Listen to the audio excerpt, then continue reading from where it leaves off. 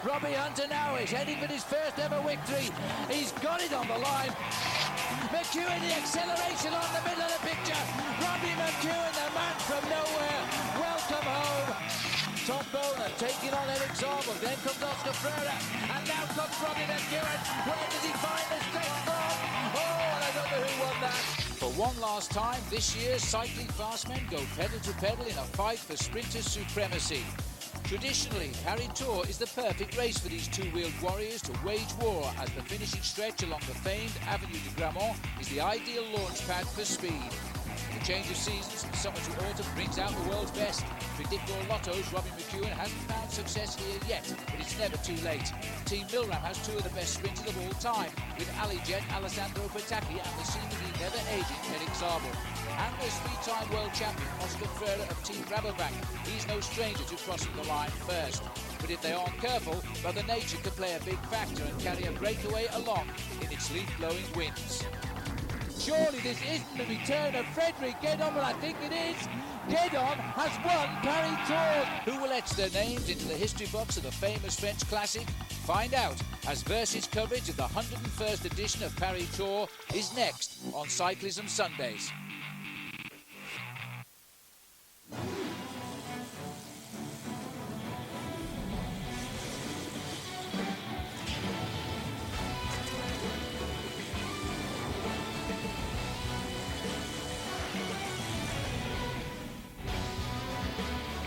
Hello and welcome to Cyclism Sundays, presented by Hampton Hotels. I'm Phil Liggett, alongside me is Paul Sherwen, and welcome to Paris Tour as we look here at the longest river in France, the Loire, as the riders now make their journey down to Tours.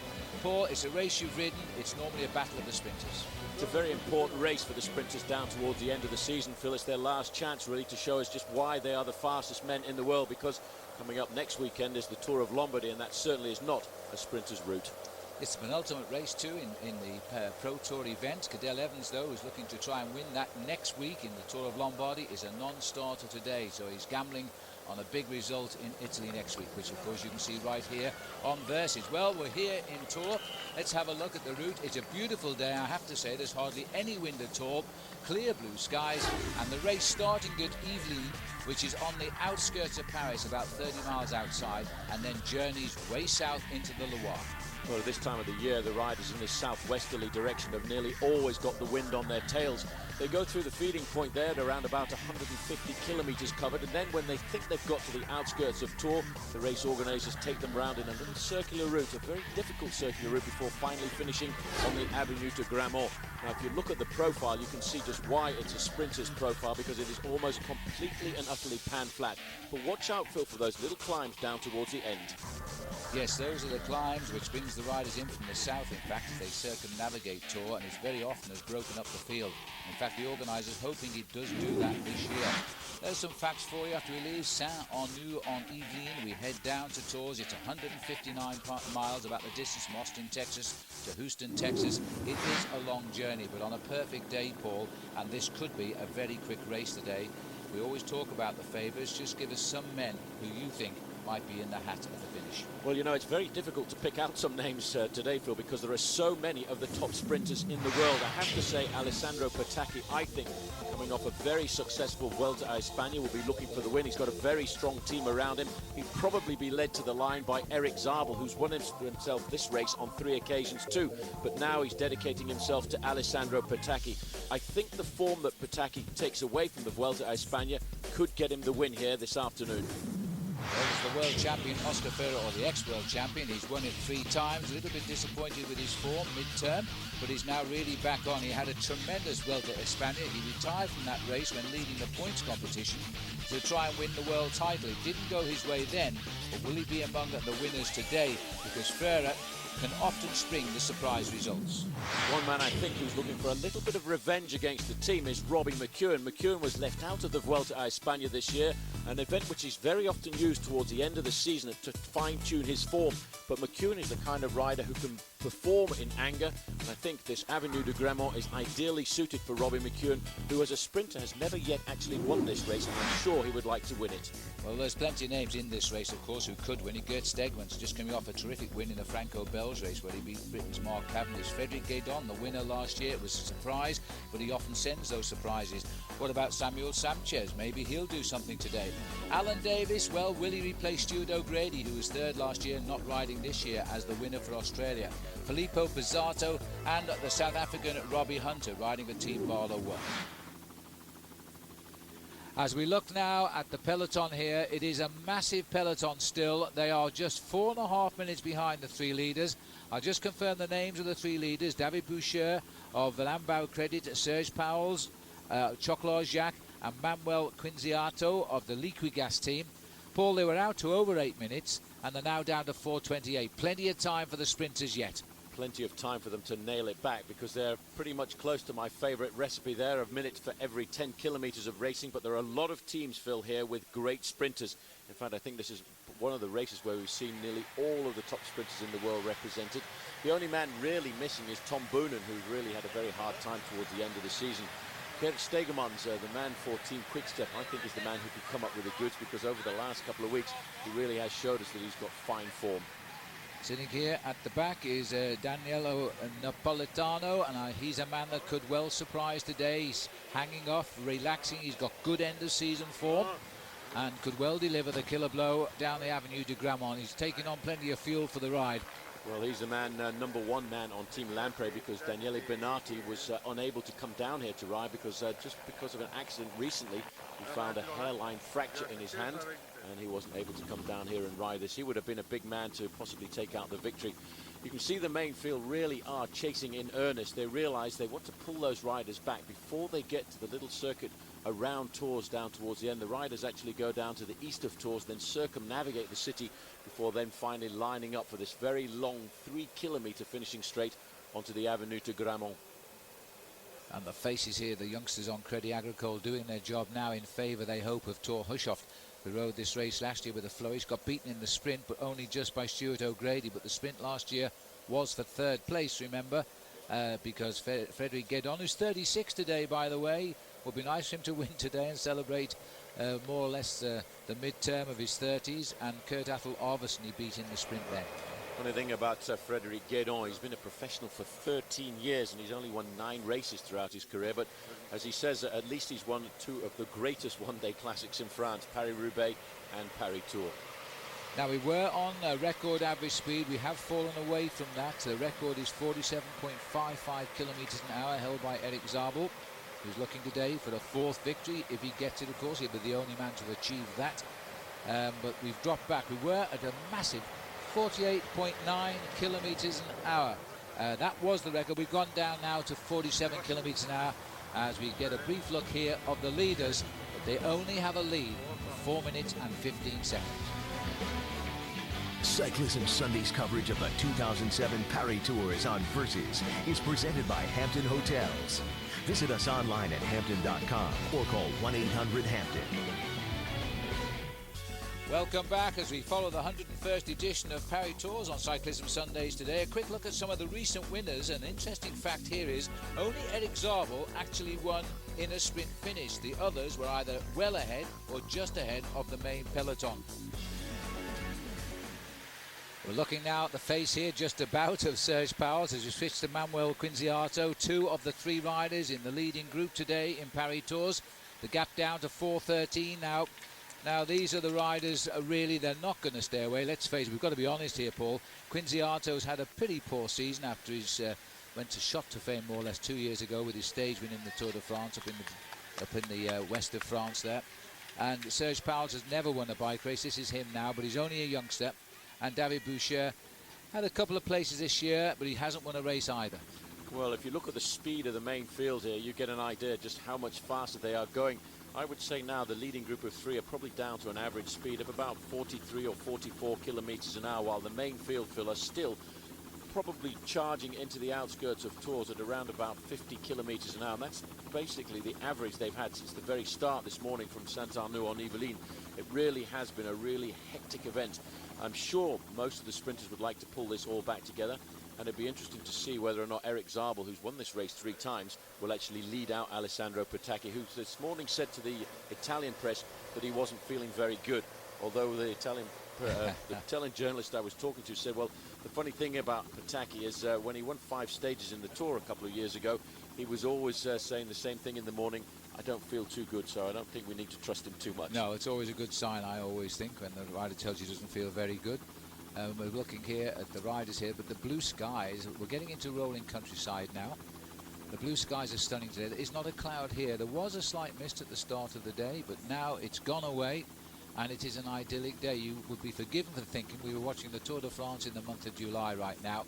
Here's the big switchback here as the riders come off that highway, only to join on another one. We don't stay on these wide roads all the way to the finish. We do get down into the undulations just south of Tours before we race back up. I think Crédit Agricole will feel they've done enough here in favour of Torhashop, and they'll want some other teams to come forward and help out. Rabobank in the orange there might be the next candidate for Oscar Freire. He leads that team today. A little bit of confusion here. That's not often you see that in Paris Tours, I must say, because 2 cars parked on a left-hand bend like that, I don't think I've seen that for absolute years. Never seen that before, actually, because I really don't know why those cars are there. That really is very strange, because normally the police here have really got this locked down fairly well. Just have a look at that one more time. The amazing thing is these riders are so alert, even though they were organising the chase at the front, but it's almost pandemonium at the back there, as all of a sudden there'll be a lot of screams and indications to the riders behind to watch out, because there is something on the road. Well, they slipped through the security somehow. They're all getting themselves back together again. And that might cause a little bit of a change at the front now. Looks as though the Quick-Step boys are sending help up at hand as well, because, of course, they'll be thinking of their top rider today, Gert Steegmans, who's on terrific form. Remember that great sprint we had in Ghent during the Tour de France when Steegmans was leading out his team captain, Tom Bonen, and Bonen couldn't get by him. Steegmans won the stage. He did win the stage very profoundly as well, just ahead of his teammate, first and second. A little bit later on, they turned that around to help Tom Bonen get himself a victory. The 3 leaders now are slowly but surely being reeled in. They've gone inside of that 4-minute mark. I did notice that it was Yus Postuma from Team Rabobank who moved to the front. They're obviously thinking about Oscar Freire, and not very far away. Quick-Step riders also starting to take an interest in the chase at the front end of the main field. And Steegmans normally would have been the man to look after Tom Bonen in a race like this, but Bonen is not finishing the season off very well due to injury. As the riders race towards what is also the penultimate race in the Pro Talk series, which is a series which really isn't a great competition, one has to be honest, because Danilo De Luca, the leader, isn't here, and neither is Cadel Evans, his challenger, after his fine 4th place in the Vuelta a España. He will concentrate, no doubt, on next week's Tour of Lombardy. But it's goodbye too to some of the big teams who are dropping out of the sport, and not least is Wiesenhoff, the German squad, riding out their career. T-Mobile, who are serving a self-imposed suspension for their 2 doping positives recently. And so they've pulled out of this race, and it looks as though dropping off the back here, Fabian Cancellara. He was in the breakaway. He may be going back for a little bit of information. Just chatting to Alain Galopin, the team manager there in the car. I think he's just gone back to have a little chat on what are the weather conditions on the run in towards the finish. Alain Galopin, by the way, is the man who's going to move across to Team Astana as team director sportif next year, alongside and under the directorship of Johan Brunel. Anyway, Cancellara taking note. Remember, he won the stage this year in the Tour de France wearing the yellow jersey in Compiègne. He's had a great season. All right, well, it's time for a quick break here. When we come back, we're going to take a look at one of the riders in the race today. He's a Spanish rider, Samuel Sanchez. He had a great Tour of Spain. More on that after this.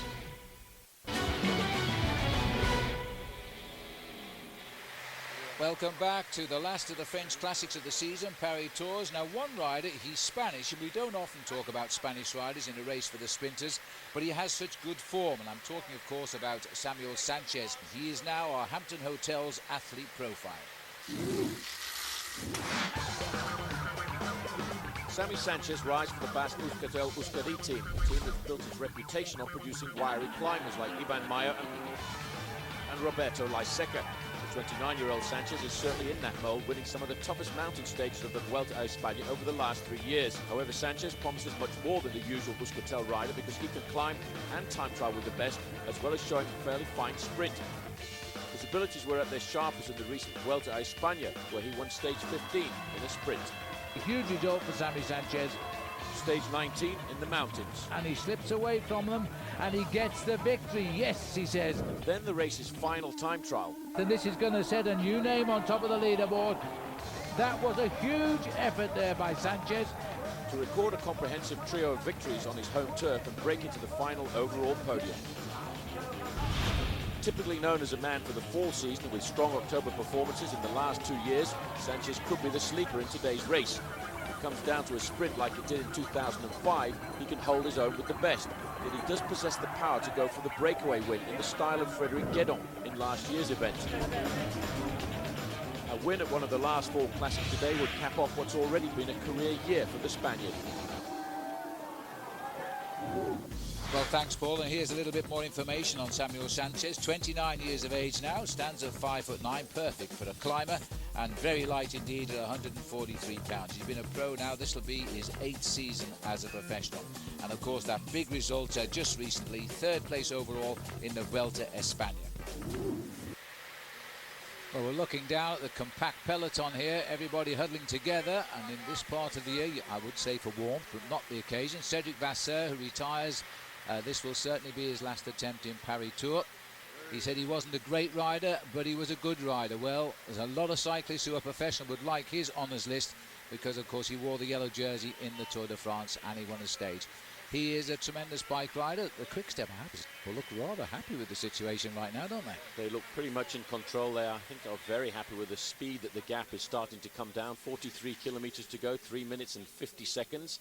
These are the legs of David Boucher at the front, the Frenchman on the Landbau Credit team, a team that came into this event with a wild card selection. There's Serge Pauwels, number 184, and that's Kinziato on the far side. Just having a little chat. When you get into a breakaway situation like this, there's an awful lot of communication between the riders because they realise they actually have to work together almost as teammates in a situation like this until the point when they start to figure out how they're going to win the stage. Manuel Kinziato sitting up there, contented at the moment with the breakaway, but it's coming down steadily. Although these boys are really having to work hard. It was over 8 minutes, so they had a lot of chasing to do. They started with a breakaway of 22. They got swept up at kilometre 93. 36 got away, including Fabian Cancellara. That was really danger bells ringing there, so they chased that down pretty quickly. And then these 3 got away shortly after that. They're down to 3:45. The sting in the tail comes with this small series of little hills, short and sharp, but it does thin the peloton down and it does crack the riders up front. But when you look at the history of the Tour, Paul, the sprinters don't always win this race. Eric Zabel, I suppose, the exception. Well, this race basically is pretty much designed for the sprinters. It's a very flat course and usually assisted by a tailwind, as we saw in the early part of today. But yes, the inclusion of those small climbs towards the end have really created a little bit of turbulence for the sprinters over the last couple of years, and Eric Zabel is the only man to really have taken advantage of the 2 bunch sprints that have happened in the last 10 years. The difficult thing is, with a long, hard chase like this, what it does is it actually weakens the teams, and they can't then control it once we get to that hilly section in the last 10 to 15 kilometres. And that's the important thing, I think, why we can see Team Quick-Step, in fact, Phil, just holding it back for the moment, because they realise how difficult it is to control the race once we get into those little repetitive hilly sections. And look how the sprints are lining up their helpers here. This is Vasseur here, just enjoying his final days as a professional, getting ready for retirement, but he's still right at the front of the peloton here in Paris Tour today. You've got, first of all, the Crédit Agricole, followed by Rabobank, followed by the blue jersey of Quick-Step. All got likely winners on their squad if it comes to a big sprint down the Avenue de Gramont. A road, by the way, which the organisers are now already actively searching for another finish here in Tour. And it'll be a shame if we lose the finish down the Avenue de Gramont. It's got to be the longest straight in the history of world cycling, because the last 3 kilometres are dead straight. You can see the banner if you've got good sight, and you've got to time your jump to absolute perfection. These boys, though, first of all, need to get these 3 riders back in the fold. It's the most important thing for them. But just to finish off what you were saying about the sprinter, the fact is, Phil, it's a very nice wide boulevard as well, and it is a very difficult sprint to gauge, because a lot of riders get a little overexcited about the fact that they can see the finish line from an awful long way. And I've seen on a number of occasions riders starting to sprint, starting to accelerate, then all of a sudden just fading before the line. And that gives the advantage to a man like Robbie McEwen, who we haven't yet seen But I can tell you he is in there, and I'm sure he's looking for the win today. 4 riders, by the way, have managed to win. A lot of riders have won it twice, but only 4 riders have won this event 3 times. The first was Gustav Danels of Belgium, who did it in the 30s. And then Paul May, another Belgian, he did it in the 40s. Guido Raybrook did it in the 60s, and Zabel's done it in the 90s and the years 2003 and 5. He holds the record. There is a nice view of the peloton in the Paris Tours, the last of the spring classics here in France, last of the autumn classics here in France, but they still have a lot to do. And there's still one more big classic to come right here on Versus, because next Saturday, note the special day, Versus brings down the curtain on the 2007 cycling season. Hang on for the 100th edition of the Giro di Lombardia, a race in which Paolo Bettini will try to go for 3 in a row. It's a thrilling race through the hills and the shores of scenic Lake Como. Tough climbs and steep hairpin turns, anything can happen. As the Giro di Lombardia next Saturday at 5, only on Versus. Here we are, 3:38, the latest gap as we race towards Tours, just 40 kilometres left to ride. They're absolutely flying. But the dress for height of summer, not the approaching winter here in Europe. These are the 3 leaders. If you're just joining us, David Boucher is the rider for Lambau Credit. Here he is at the back of the group at the moment. Serge Pauwels from Chocolat Jacques in the red. And right on camera now, Manuel Quinziato, stage winner in the Giro d'Italia. Those are the 3 riders out in front, having to work very, very hard now against clear blue skies. Well, just looking at the style here of Powell's, closest to us there from the Chocolat Jacques team, you could see he was starting to rock the top part of his body. That's just looking for a little bit of extra energy. And that's an indication that fatigue is starting to creep into the body of these 3 breakaway riders who, as we said earlier, had an 8-minute advantage. Now it's down to 3.5 minutes, and you can see in the main field there's certainly no slowing down at all. Well, Rabobank here will lose their big sprinter Julian Dean as the lead-out man for Tor Hushoft next season. A lot of changes taking place in the world of cycling. A lot of riders are having to look for new employers, especially teams like Wiesenhof and Unibet.com, who are pulling out of the sport. Discovery Channel as well, riding almost their final race, probably their last big race here in France today as a team, and hoping they can provide the winner. Interestingly, Paul, they just about named the minimum number of riders, and here they are right in front of our camera at the moment. That's Brian Van Borg on the left of our picture, and I think Pavel Padnos here as well. But Alan Davis could take them out on a high note today. He certainly could. He's got the kind of speed. He's finished in the top 3 in Paris Tours in the past. He's the kind of rider who will enjoy the nervous nature on the running towards the finish, and what is very often a rather confusing sprint. And riders like Davis and, of course, Robbie McEwen will look to that to leap out of the gap in the last couple of meters. You can see the riders from AG2R there also getting themselves organized, and I think they would probably be thinking about one of their riders like Yuri Christoph, who's quite a good sprinter, or Alexander Usov, the rider from Belarus. And it was nice to see at the start the return to the competition, of course, of Sami Dumoulin, if you remember, in the early part of the season, had a very nasty crash in the Ghent-Wevelgem race. Yes, and Jimmy Casper did too, and Jimmy's just about started to race again since that nasty crash in Ghent-Wevelgem. So many riders fell off on the descent of the Kemmelberg back in April.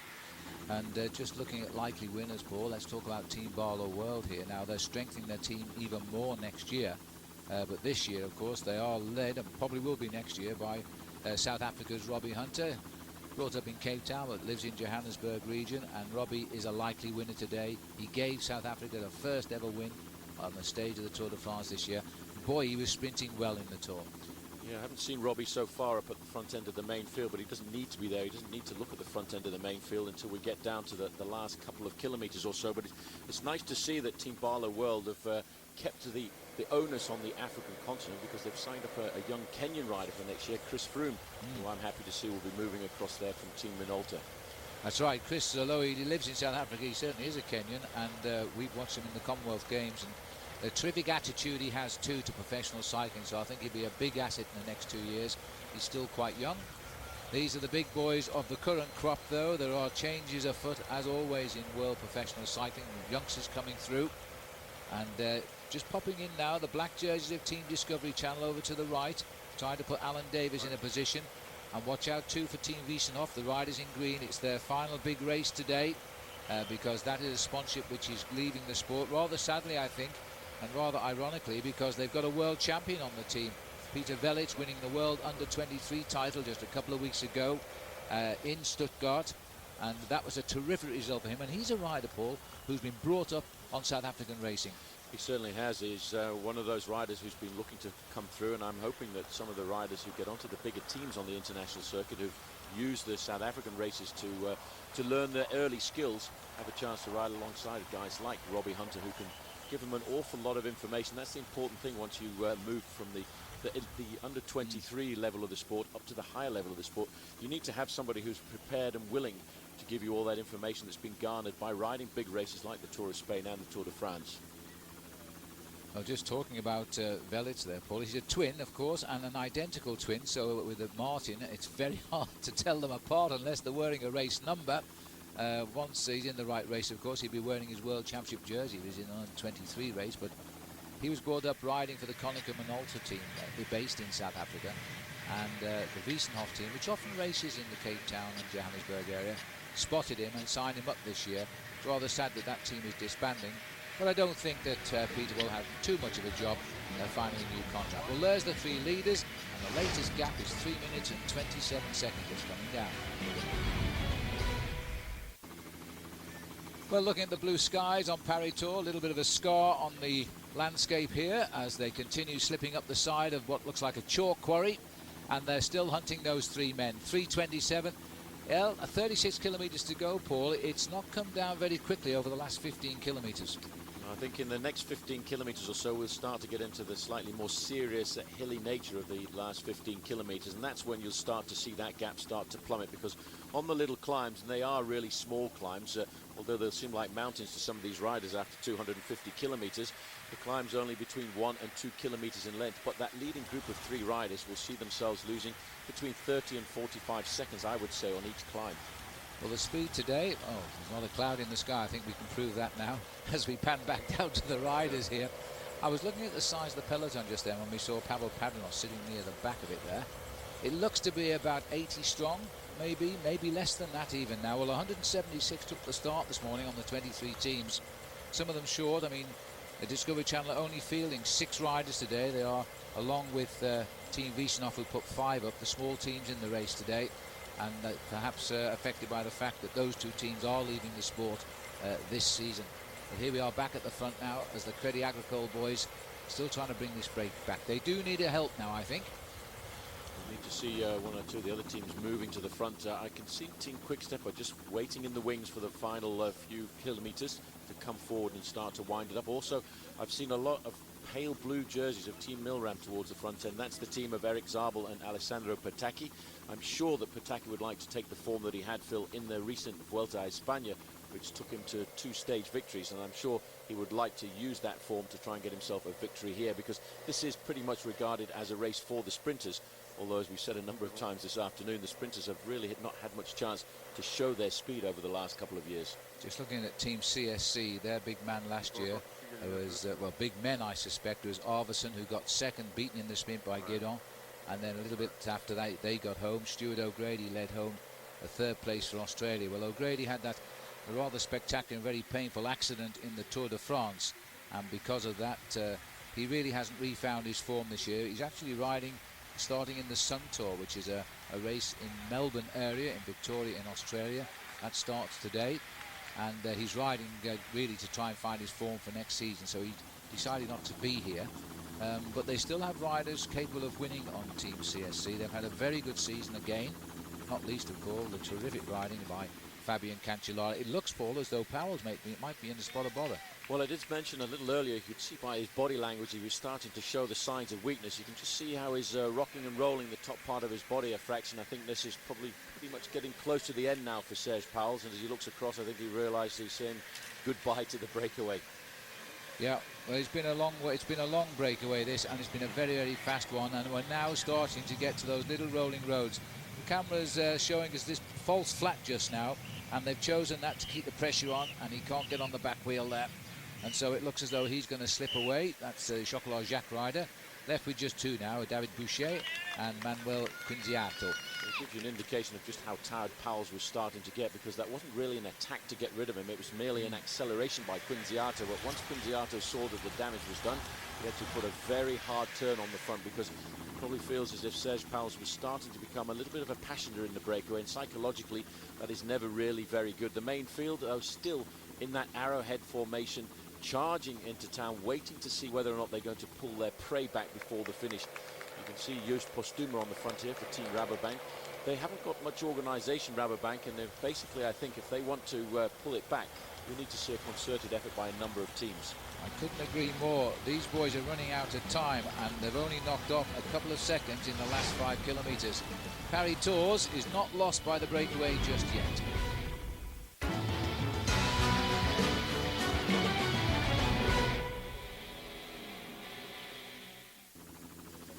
And a nice shot from our helicopter, who's following the tracing of the route. We're now moving south of Tours before we start to swing north towards the finish. 33 kilometres to go.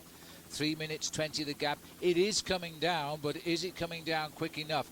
A good indication, Paul, when we get onto these small little ripples as we approach the finish, this peloton might not be quite so large. Look at the length of it now.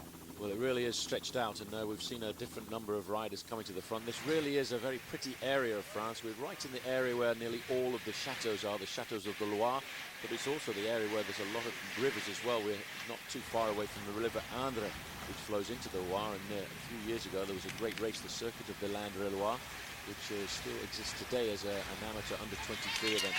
This, though, you can see now on the front here, we've got some serious moves coming from Boucher, realising now that this is the important part of the race. The next 15 kilometres will tell these two riders whether or not they're going to survive. Well, they've no choice now. They've just got to keep working and hoping that there's a slight relaxation in the consolidation at the back of the chase. Now you see those lovely wide freeways have now gone down to these beautiful streets here in the villages and towns of the Loire Valley. This is a sensational part of France, and one that's chosen by many holidaymakers around the world to come and seek out in the summer. And today, anybody who's taken a late holiday in this area are going to be very pleasantly surprised by this glorious weather. It was in fact sunny last year as well when we had Paris Tours, and we celebrated a French winner. And we don't get too many French winners. We've only had 3, in fact, of this race in the last 10 years. In fact, before that, had to go back an awful long time. It was well back in the 1950s, and that was Albert Bouvet, who was the last winner of Paris Tours for the French for an awful long time, until Jacques Durand came up and got himself the win. And Albert Bouvet is still around, by the way. I think he's about 90 years of age now, but he used to work for the Tour de France organisation. He's a great friend. He lost his voice shouting at people throughout his career as a commissaire, and he used to wave his red flags, blow whistles, and his voice completely disappeared. He remembers Paul Sherwen as a rider in the Tour de France as well as a journalist, and he was very proud of that fact, and he kept reminding us that he was the last French winner. Now it's changed a little bit because we've had 3 more since then, but the breakaway heading towards Tours here, Paul. The gendarmes working hard. I still can't get over the fact we saw 2 cars actually on the road about half an hour ago further back on the route. It never happens in France. Even my taxi driver, when I came to the start this morning, said, I may not be able to get you to the finish line, she said, because the cyclists are coming in from Paris. Well, everybody in the area knows completely and utterly what's going on here, and everybody has been waiting for this race here this afternoon. And you can see, I have a feeling, there's another move. You can see Kinziato is definitely very strong, and you can see now that even the man here, David Boucher, has all of a sudden given up the ghost as well, just because of the power of Kinziato. And let's not forget that Kinziato, Phil, is a very good time trialist. He was once 3rd in the Italian National Time Trial Championships. That's right, this year he got his 3rd place, but he's clearly the class act of them all. He's 27 years of age, but he hasn't had a great season this year. He did win a stage of Giro, I think it was last year, but he's the sort of rider, if we leave him alone, he can settle into a high tempo. I mean, he's capable on a course like this at time trialing at 48 kilometres an hour, whether his legs want to do it after all the effort he's made already today. If he could hold that sort of speed, it would be very difficult for the main field to wind him in. Well, let's not forget also, I think going back to 2001, he was the European time trial champion when he was under 23. So this man knows exactly how to ride on his own, and he will now all of a sudden start to feel that little bit more confident. And the fact is, he's got one of the pre-race favourites in his team, and that's Pippo Pozzato. So he knows now that one team behind will certainly not be doing the chasing. That's his own team, Team Liquigas. So one man is now clear on his own. The other 2 shortly will be swept up by the peloton. One man taking on the rest of the field at 30 kilometres to go. Just looking for the peloton in Paris Tour. 3 minutes and 9 seconds is the gap now. They're chasing that one rider, Manuel Quinziato. It'll be interesting. We're in Evre-sur-Indre. There's two rivers run down here, the Loire and the Indre. And there is quite a famous stage race down here, which is the Indre-et-Loire. It certainly is. It's a very good race. Still exists today, but for the amateurs, it was in the old days a professional race. But you can see the main field, a little bit of impetus coming out of the organisation. They need to keep the tempo right up, I think, Phil, if they want to pull that man back, because Quinziato, now that he's on his own, can completely and utterly give everything that he wants into the success of his breakaway. There you can just see Pipo Pozzato from Liquid Gas in about 10th position, just looking around there to see who's doing the chasing at the front. Well, I can tell you, Pipo, in fact, the men doing the chasing at the front are, of course, Team Quickstep, being helped there by Laszlo Bodrogi. Yes, this is interesting now because Quickstep have taken control. They've got great confidence in Gert Steegmans, who turned pro back in 2003, but this year had a terrific season. He's won overall 15 races. Well, he's won 8 of them this year, and they've great confidence in his sprint finish. He actually used his sprint to win 2 stages of the recent Franco-Belge circuit race, which links Belgium and France up in the north there of France. And he also, because of his sprinting, carried away the points competition and the overall competition. So he has good form, he's very confident, and he's never won a major classic. I think the nearest he's come to a classic victory is 5th in the Kuurne-Brussels-Kuurne race, which is a small Belgian semi-classic in the early months of April, early days of April. Right in the horrible start of the season for these riders, they really find it very difficult in races like Kuurne-Brussels-Kuurne because they're fighting usually against bad weather. Very windy conditions, normally wet conditions, completely different to the conditions the riders are racing in here this afternoon, because as you said earlier, Phil, I think these are ideal racing conditions, bearing in mind that we're halfway through the month of October. We are indeed, and of course here in France it's coming up towards 4 o'clock, so a couple of hours it'll be dark. You see the shadows getting longer, but that sun is going to give us the full length of this autumn day today. And it's actually very, very warm as well. It's a perfect day to be a professional cyclist in this race of the falling leaves, but there's no falling leaves just now. They're still lovely and green. They still are pretty nice and green as we look down here at another one of the small streams that will feed into the River Loire. And looking down through the leaves, we can still see the main field still pretty compact, still pretty much close together as we now start to see the first climb now for Quinziato, the Côte de Crochut, and he's still holding on to a 3-minute advantage. Now is the time we will see whether or not this man has got the power to go all the way on his own to the finish. He's taken the decision to make the move, get rid of his 2 breakaway companions. He's free to run now. Not much of him when you see him from that angle, is there really? That's the end of a long season of racing and probably 35,000 kilometres of riding. He's now onto these small climbs called côtes, which really mean hills in French. And there's the Breton flag there. Well, it's a little bit off course, but it's not too far, I suppose. The Loire eventually will head up that way as it pours out into the Atlantic. It's the longest river in France, by the way. If memory serves me right, it's around 1,300 kilometres long. And, well, there's lots of chateaux along its banks. But this rider, more interested in seeing the long street in Tours today. That's what he's thinking about, Manuel Quinziato. All he wants to do is conserve as much of his advantage as possible. He was part of a 36-man breakaway that got clear at around about 110 kilometres into the race. And he was one of the survivors. And 3 riders clipped off the front of that 36-man group. Now he's the only one left. So as the Breton flag still flutters on the sides of the Loire Valley here, Quinziato is going for gold. He's got 27 kilometres here to ride. Looking here at the back wheel now, Manuel Quinziato checking on those gears. They don't have many low sprockets on that back cluster in Paris Tours today, simply because there are no hills to speak of. But he's on this small one at the moment. It'll just hurt him. It won't slow him down that much. He's just on 3 minutes, Quinziato, and 26 kilometres to go. And clearly, Quickstep realised that those 2 riders we saw on the front for Crédit Agricole weren't going quick enough. They are leaving this very, very late. And if they just think a little bit about the history of this race, they might be a little bit unsure whether they can pull him back. Well, if you look back over the history over the last 10 years, Phil, in fact, there's so many times when the breakaway has survived and won by 5 or 10 seconds. And in fact, when Richard Virenque won this race a couple of years ago, he was in a breakaway for 250 kilometres. That's right. And he was given the same time as the main field because they actually just finished right behind him. Eric Zabel, I think, led the sprint home on that occasion. Robbed of a 4th victory, as it would have been then. Well, just looking at these riders, and if Gert Stegmans were to win today, well, he'd be the first Belgian since Mark Wouters, who won back in 1999. Wouters comes from up in the Antwerp region of Belgium and has recently retired. And although he is a sprinter, it was a group sprint from a small breakaway with the peloton chomping at his heels, but it was officially a breakaway at the time. It was, and it was, again, this is Serge Powell's just being caught by the main field, and you see the difference. He looks across his shoulders and thinks, I wonder if I can hang on to this train to get me into the back streets of Tours for the finish. Cedric Vasseur turning his last pedal strokes in anger here this afternoon, and he's riding with a mission because he would certainly like to retire from the sport with his man going away with the victory, and the man they're looking for is Gert Stegmans. But riders from Crédit Agricole have done a lot of pacemaking at the front, are starting to disappear off the back. This is Christophe Kern, and another rider coming very quickly out of the back is 12. That's Jimmy Engrouvant. Yeah, I think they were the riders who... Oh, and there's trouble here in camp for the Liquigas rider who's just had a bit of a wheel change there, and it looks as though it was Gasparotto. No, it was Kuzinski, the Belarus rider on the Liquigas team. I think what happened there was as he started to get onto the hilly part of the course, he changed gear. In fact, he dropped his chain, and that was a bit of a problem which a lot of riders tend to have. You can see the force now of this big quick-step squad there. Cedric Vasseur has dropped back into third place.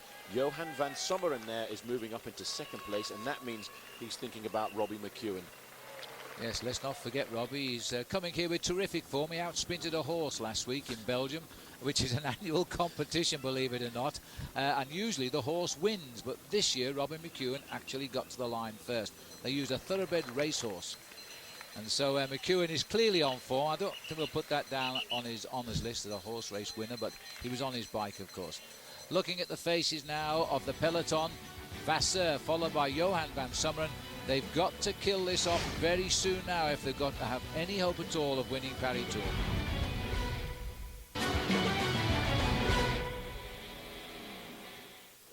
Well, as we look down the peloton from Paris Tour here, Paul, there's a lot of gaps there now. That hill you see, because of the constant high speed, has hurt a lot of riders. There's been a reshuffling of the pack now.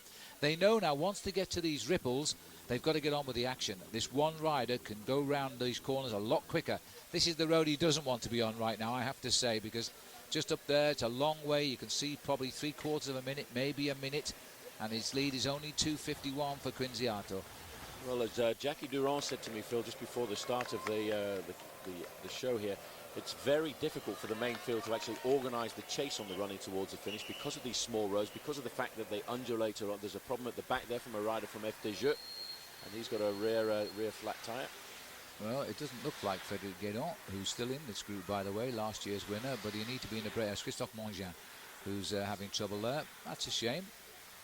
But Guédon will need to be out of this group and in a breakaway if he's going to have any chance of winning, so they better look elsewhere for a winner today, I think.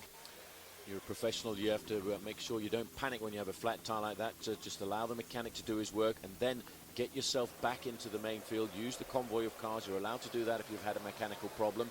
The referees will normally just turn the other way when they see you getting back on after a mechanical incident. Well, just look at this. Sorry, Paul. This is Langeveld who's gone clear. I don't know why he's put in such a turn at the front. He's ripped straight off the front of the group. He's really in this race to try and guide Oscar Freire to the finishing line. He's tempting them to come back to him, but that was a fine turn of speed to get away from him. Well, Johan van Sommeren's the man who's going to try and nail it back there. It's amazing. You have to take your hat off to the season that Johan van Sommeren has had this year, because he has done so much work for Robbie McEwen in all of the big occasions. He's a selfless rider. He doesn't think about his own performances at all. All he thinks about is going to the front and nailing back breakaways and then allowing Robbie to take all of the glory. Back up with the lead at 2 minutes 39 the gap. Manuel Quinziato, man in front, has been in front for an awful long time. Got rid of his two breakaway companions, decided they weren't strong enough. He's now making a last desperate bid. He's still got more than 2.5 minutes in hand. 23 kilometres in English terms. That's just under 15 miles from the finish. And that is not a long way. That's about 40 minutes of racing at the most for these riders, maybe less at this speed. Just look at the speed of the main field. They're just splitting themselves in half to go around the roundabout, the traffic circle there. A very dangerous moment. If you take the wrong side of the roundabout, you can see yourself just slipping way back down the main field. You can see which teams now are very keen to pull this all back together. Quick step for Stegmans. The Crédit Agricole riders still thinking about Thor Hushovd, and of course right up there as well, Johan van Sommeren for Lotto. And he's thinking about Robbie McEwen.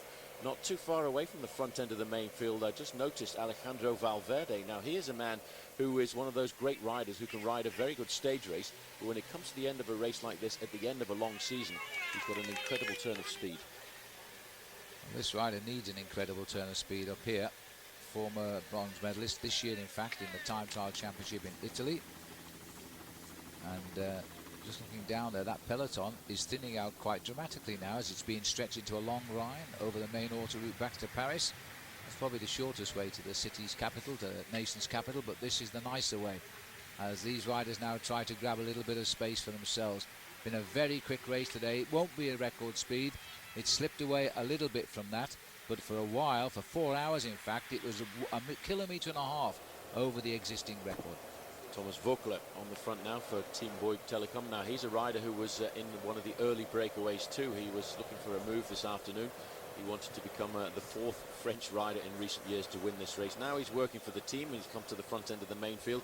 And Liquigas, Phil, you can see are all over the front end of this main field. But that, in fact, is to slow down the organisation of the chase, because they're starting to believe that their man Kinziato at the front could just create the surprise.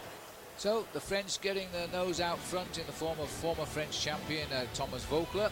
The gap at 21 kilometres to go is still, I think, quite a large one, 2:24.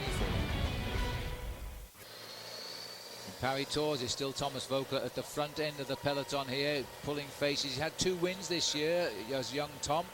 He won the Grand Prix Plouay, which is one of France's best single-day races, and it's great when a Frenchman wins. It's always watched by thousands and thousands of people on the west of France. And he also won the overall classification of the Tour du Poitou-Charentes, which isn't too far away from this area, actually. And he's very confident. He's not a big winner. Of course, he made his name by holding off Lance Armstrong in the Tour de France way back in 2004 when he led for 10 days. He knows that's a one-off, but we've all known about Thomas Voeckler since then. This is the quarry. There's the few crowds, and there is the 20 kilometres to go, and he still has 2:18.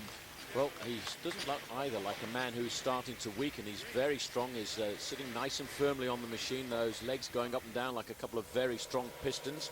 Just looking back here at the rider who was in the breakaway just a little bit earlier on, David Boucher. He's about to get caught by the rest of the main field. So the situation of the race is one lone leader now, Kinziato, followed by the pack. Yes, and looking at his face, ouch. I don't think he's going to be in this pack very long. He might be looking for his team car, or maybe the number 84 bus to get down to the finish in Tours, because it looks as though he's going to be swept up here quite quickly. Well, you made your efforts and you've not ridden the race anonymously, and I think that's terrific. But now he's going to have to pay the price and hang on in there for the next 20 kilometres of racing.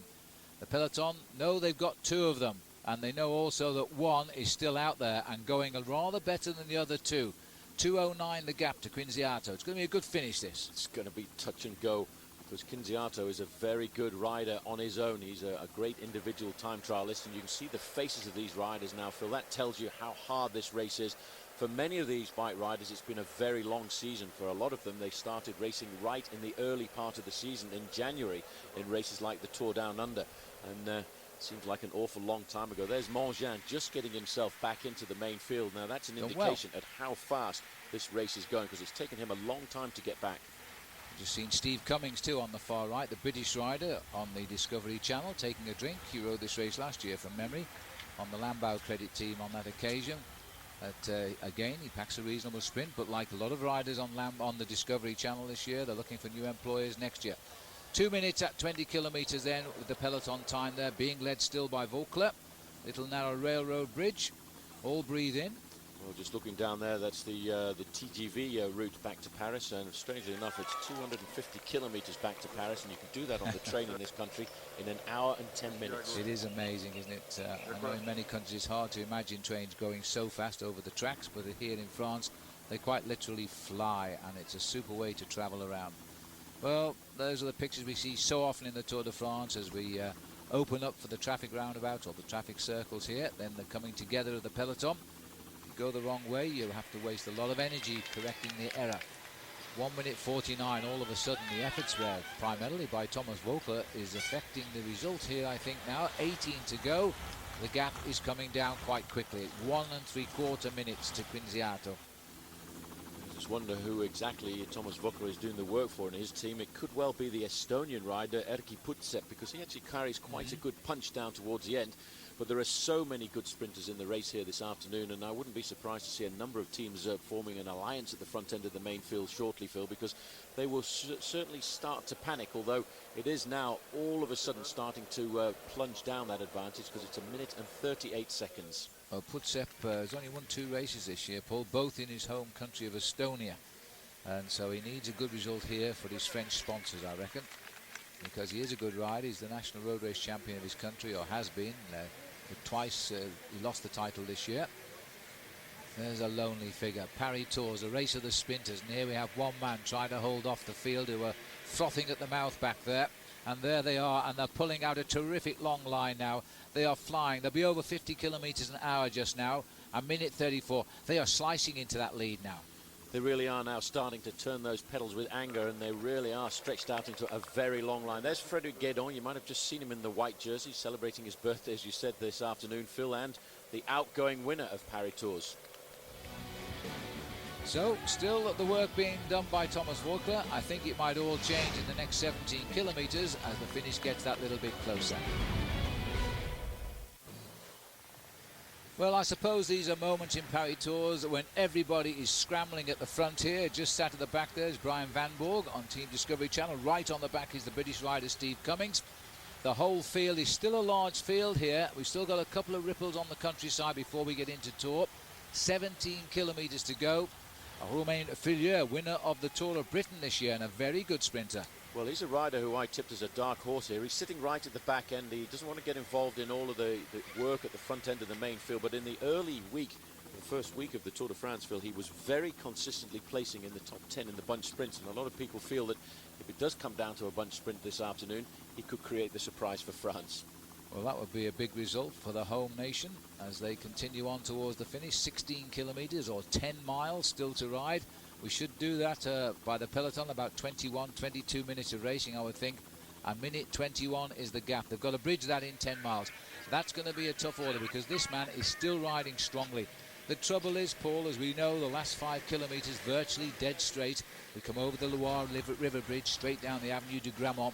They'll see him all the way. The little problem, though, is for the lone leader, once he gets to 5 kilometres to go, he's got the Côte de Pont Volant, which is a nasty little climb of around about 1 kilometre, almost immediately followed by the Côte de Petit Padan, which actually means the little step of a donkey.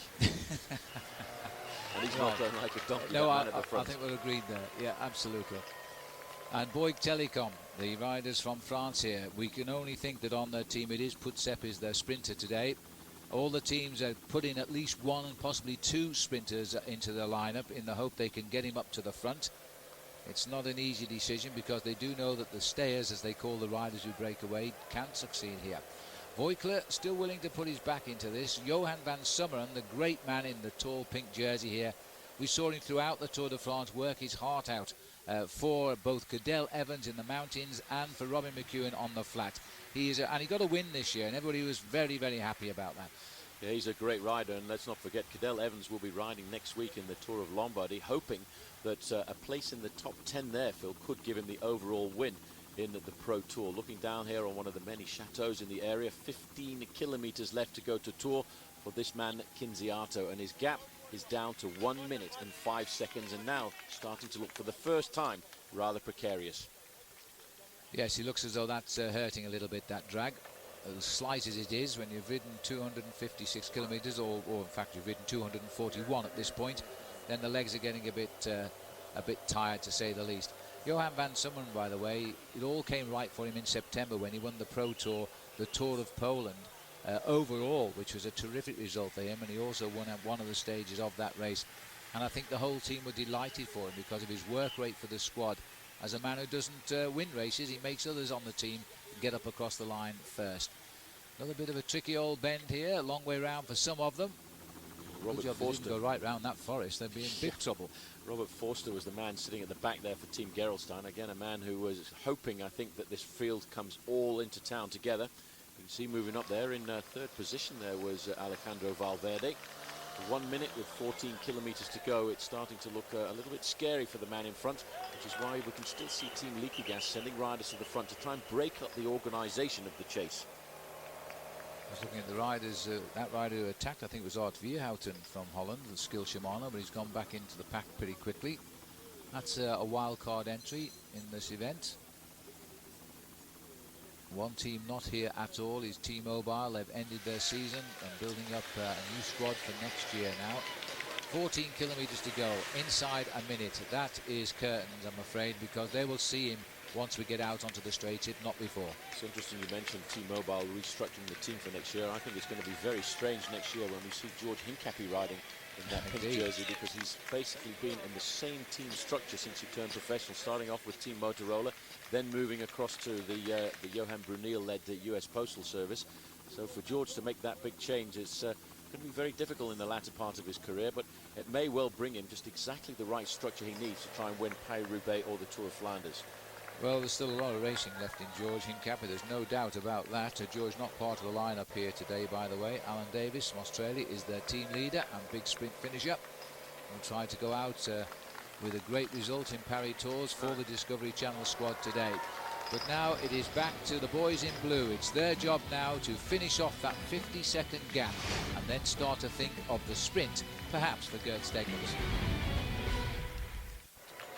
Still at the front of the peloton, the boys in blue continuing to work here. Vasseur, great work rate. He's lying second on the two riders up at the front just now. 13 kilometers, 48 seconds the gap. These constant changes of direction now on these narrow approach roads.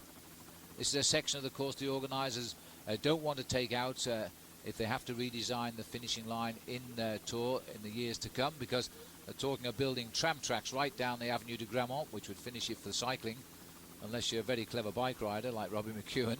Well, the race organisation, a lot of the designs of the course are done by Jean-François Pêcheur, who used to actually be a teammate of mine. He said it would be very sad to have to change the run into Tours at the end, because taking out some of the climbs, like the two climbs that we're facing in a short while, would be like taking the Poggio out of Milan-San Remo. Yes, that's absolutely right. And I know that Pesh, as we all call him, will be sat in the car there today, hoping that these two little climbs split this field to pieces, and so they don't get the big bunch charging down the Avenue de Grammont. Well, we'll see.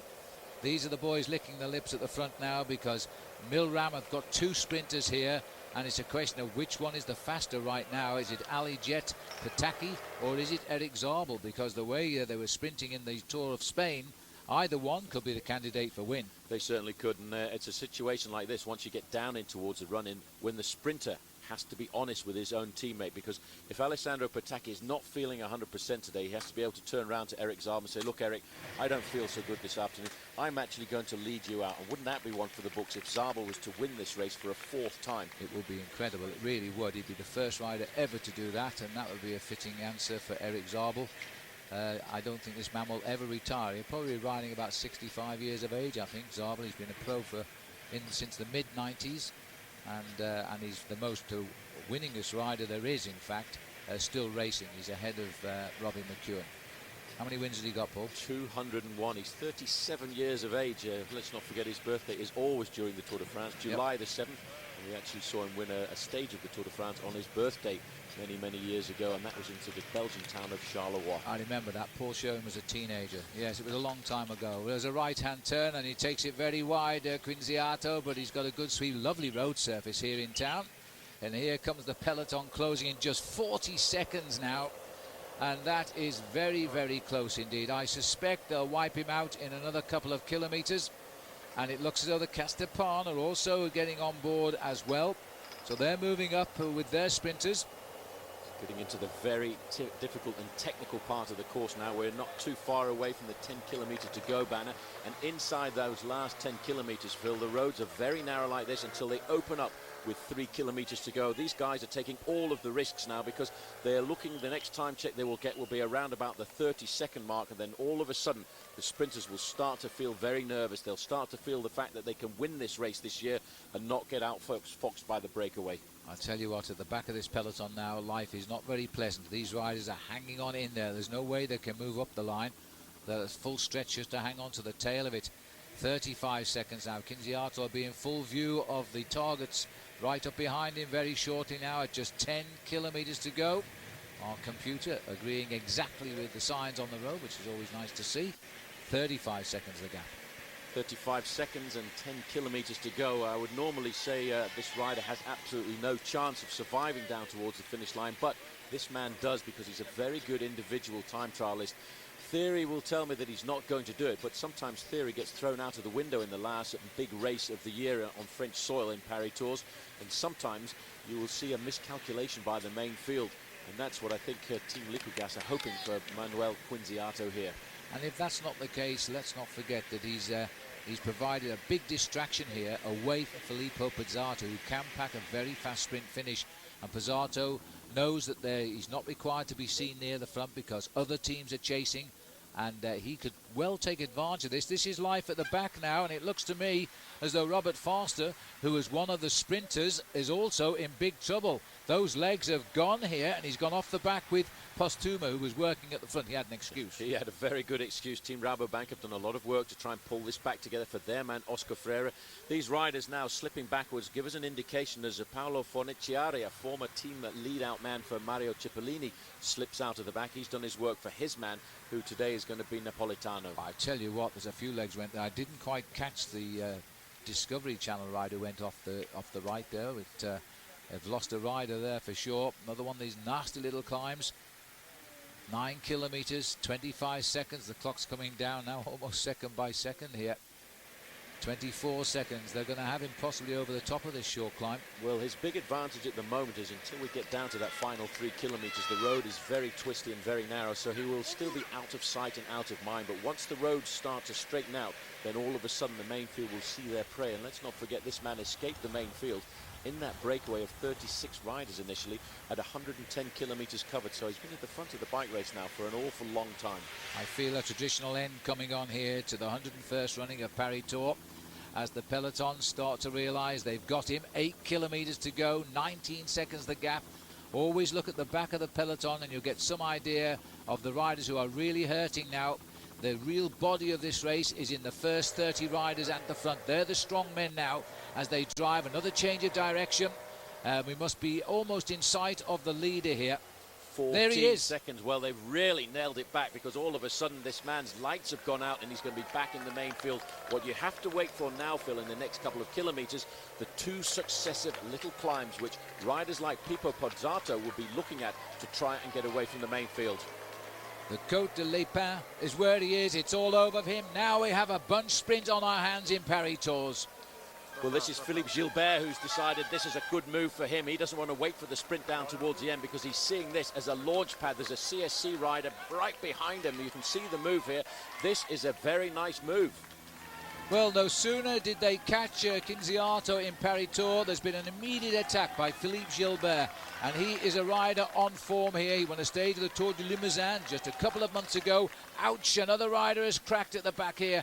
Oh, it's Quinziato. His legs won't even go round, Paul. They've locked up solid. Well, he gave everything to get away to this point, but all of a sudden you see these hills are very treacherous down towards the end. That looks like Arvidsson at the back, and let's not forget Arvidsson is no stranger to this bike race, because in fact he finished second last year behind Frédéric Guédon. And funnily enough, Frédéric Guédon rides for the Française des Jeux. I tell you what, Paul, everybody who's got any chance of staying away, of all the people, Gilbert and Arvidsson will be 2 terrific candidates here. Gilbert had a very good world championship as well. And just looking down at the way that peloton is split up here, it's going to be difficult to control for a while. There's 3 of them got across now. Is that Pozzato? I have a feeling that will be Pippo Pozzato, who's come across there, tête de la course. And let's just have a look, because he was riding so close to the front of the main field. Look at those golden locks. It's him.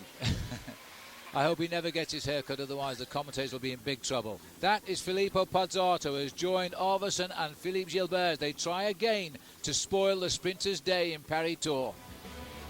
All right, well, we'll take a final break from the action, and when we come back, we'll be heading for the longest finishing straight in European cycling, the Avenue du Grammont.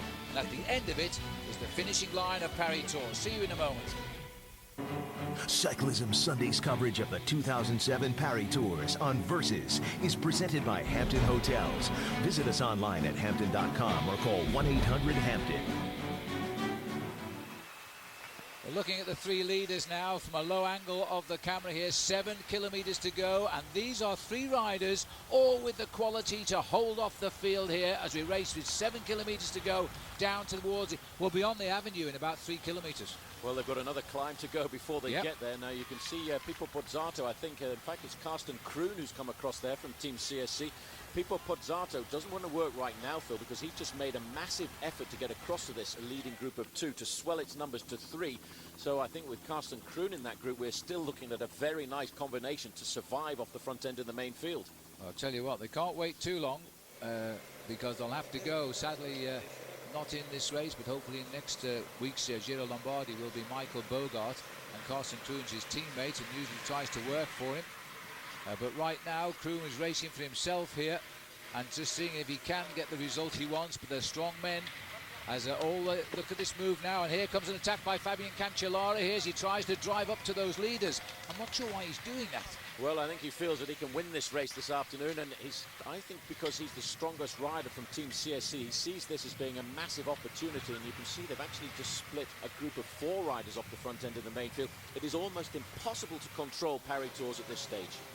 Well, that's what Cancellara is hoping for, but he's gone clean. Carsten Kroon is on the same team as Cancellara. That's why I was wondering why he would endanger his teammate. But look at this. Pozzato's going. Pozzato's trying to launch an attack on what is the last little climb here. And this is Dion who's come off the back. He tried to go with him, but he wasn't good enough. This is a terrific end. We don't normally see this, and it looks as though Kroon himself might be in trouble. Gilbert is full of play here as he tries to get up to Pozzato. Well, he wasn't going to let the back wheel of Pipo Pozzato go away from him, and he pulled himself back there. Now, I think as they go over the top of that little rise, they will slow down, and that will allow Carsten Kroon to get himself back into this race. But now, Fabian Cancellara is the man in a little bit of difficulty because he's just slipped away from the rider from Team Rabobank, who's just gone off the front, and that's Juan Antonio Fletcher. Our lone break expert here, who chooses this stage of any race he feels good in to have a go. And if he can just reach those, he will be a terrific piece of ammunition in that leading group. He's got back at 5 kilometres to go. We've got Gilbert, Kroon, Pozzato being chased by Juan Antonio Fletcher and Fabian Cancellara. Well, Fletcher loves races like this, and again, another rider coming back here from Case d'Epargne. This is really turning out to be an incredible run down towards the finish. There's Pozzato. The 3 riders here together, Pozzato, Philippe Gilbert and Carsten Kroon, are looking over their shoulders to see who is going to be the next man to increase the number in this breakaway. This has got the style of either Valverde or Pereiro is coming up here. Is this Oscar Pereiro trying to get on terms and wipe away? Well, it's not been a great season for him. He was shortly to be crowned the winner of the Tour de France 2 years ago. It might be a little bit premature, as Floyd Landis has now appealed to the arbitration court in Switzerland. This is the last climb now, and well, Gilbert feels he's at home now in the Belgian Ardennes as he launches an attack. Pozzato is right on. Now you see the advantage, that long breakaway by Quintiato, the teammate of Pozzato, who's took full advantage of it now. And Carsten Kroon is going backwards once again. Now you can see this is Cancellara. He can see all of this going on in front of him. He just wants to make the connection if he can. His big advantage is that he had a man in the breakaway. Carsten Kroon now is about 30 or 40 metres in front of him. Now, if he can join up there with Carsten Kroon, he can use his teammate to pull him back a little bit further back, though there are still accelerations coming off the front end of the main field. But there, it's Team Liquigas trying to control affairs. They're going with the moves and hoping that the breakaway succeeds because they've got the man they want in the lead. Pipo Pozzato here, in fact, is in second place. This is a very difficult race to judge now for a win because the sprinters are totally disrupted here by a series of attacks on these small hills just south of Tours.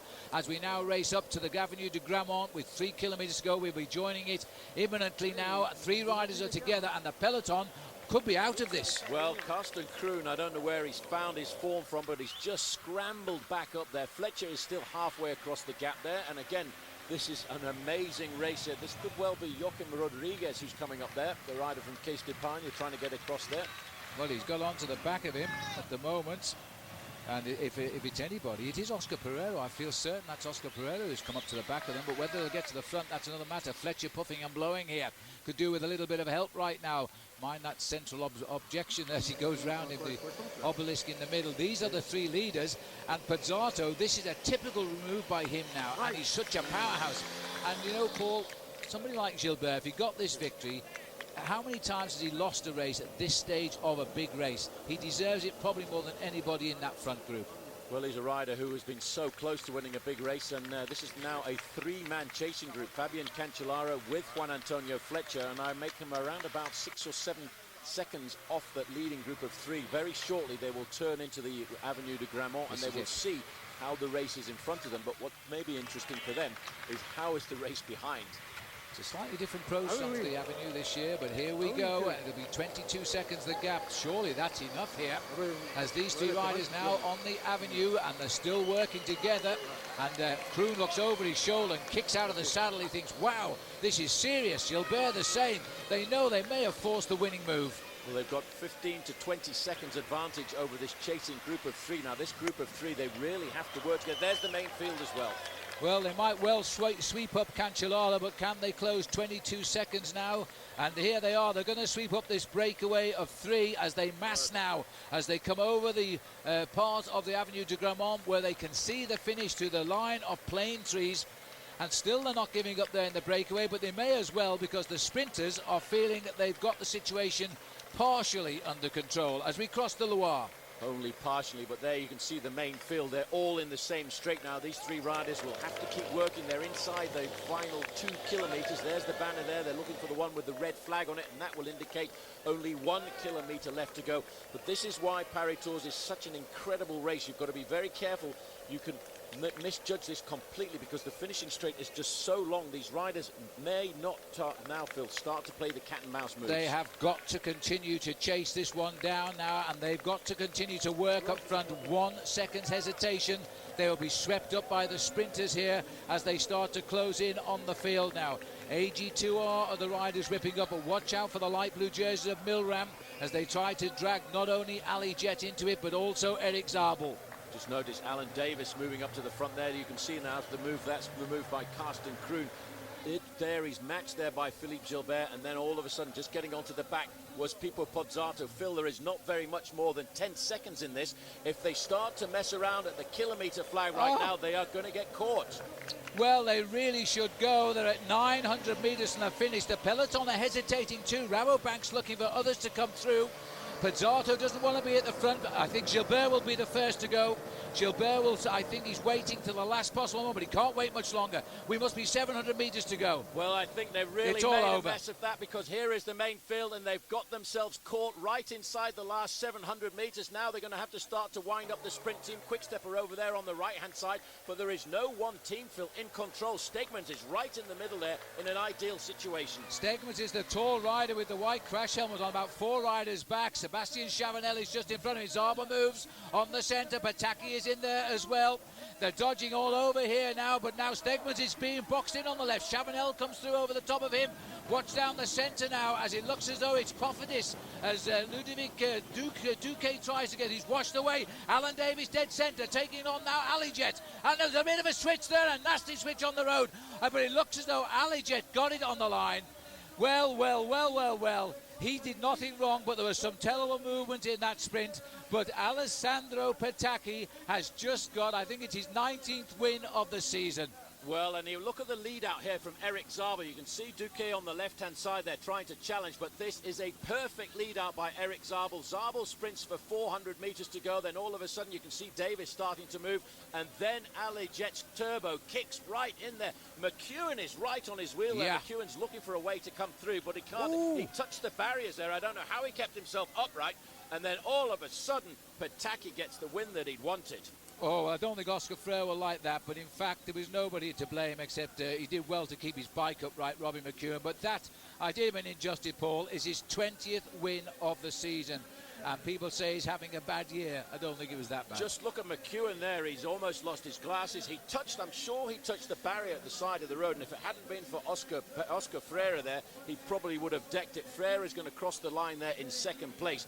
But how happy is Ali Jet with that victory? Oh, it's a huge win for him this year. Paris Tours, the last French Classic of the year for Alessandro Pataki, his 20th win of the year.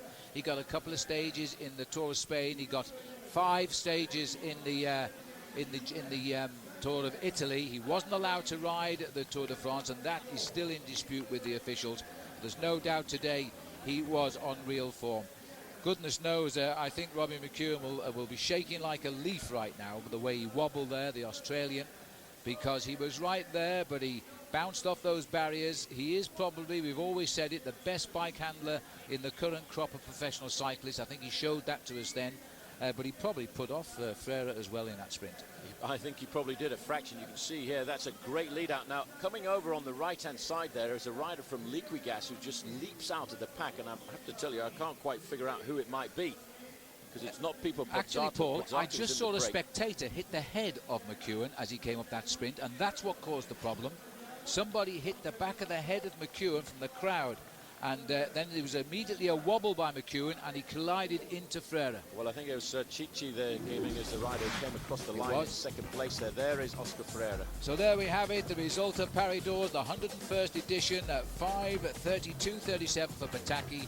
Francesco Chichi in second place, Oscar Frere getting third. Would it have been second or even the win? Stephen de Jong also getting a good result for Quickstep. Alan Davis washed away to fifth. Robbie McEwen certainly wobbled away into sixth place.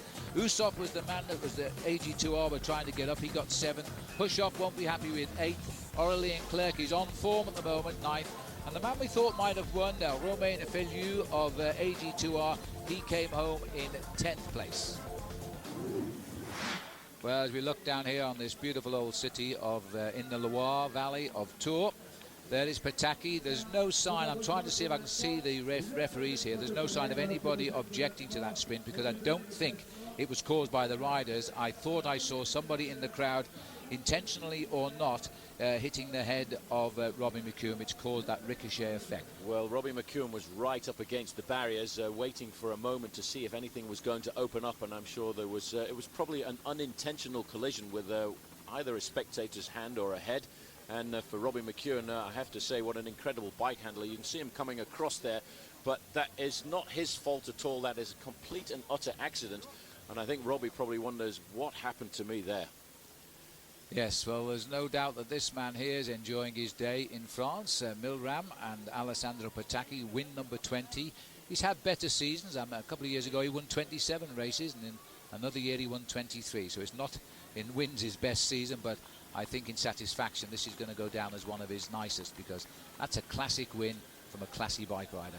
Well, it's something that he's wanted to win for an awful long time, because after all, although this race has been won on a number of occasions recently by small breakaways, it is really regarded as the Alpe d'Huez for the climbers. This, I have to say, Phil, for the sprinters, is the place that they want to win.